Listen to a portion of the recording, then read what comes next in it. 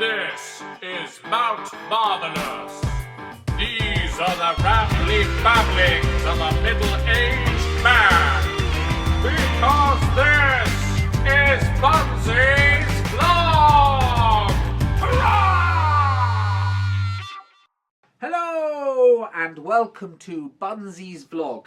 Now today I'm going to have a bit of a moan about a television programme. And that television programme is Jeremy Kyle. The man is the Prince of Darkness. There are many talented people in the world. But for some reason, they still employ Jeremy Kyle. They have this poor guy or a poor girl, one or the other. They're interchangeable. Basically idiots. I met this bird, I didn't really like her very much. Met her in a nightclub, got together, her name was Tracy. I got together with her after, going out with her for 2 hours. We moved in together, right, because she was pregnant. And 4 months later, the baby was born. For some reason, I just don't believe it's mine. I don't know why, but I really feel like I have to have a paternity test. Why is that programme on television? They've always had a baby. They get them on the show, really, just so they can kind of have an argument. There's no other reason whatsoever for the show. They get them on there so they can have an argument and a paternity test. He tells their little sad story, and then they start shouting at each other. So what does he do?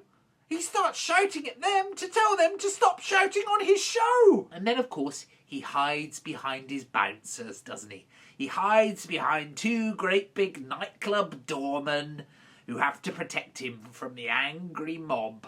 At the end of the show, we find out it's not the father, and the real father was the next door neighbour, or possibly the brother of the bloke who thought he was the father. It's horrible. It picks on people that are not very clever, who don't really need picking on, who probably only go on the show in the first place because they get paid a large amount of money. They probably get like a year's unemployment benefit for going on there, because I can't see why anyone would go on there for any other reason. What I'd like to see on Jeremy Kyle is a couple of university professors, or maybe Jermaine Greer going on there, talking about how feminism's changed her relationships, just to test him a little bit.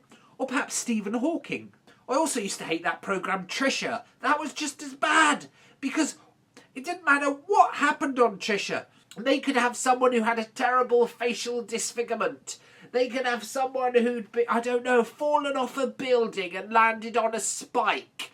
They could have someone who'd been run over by a steamroller, coated in honey and left out to be attacked by bees.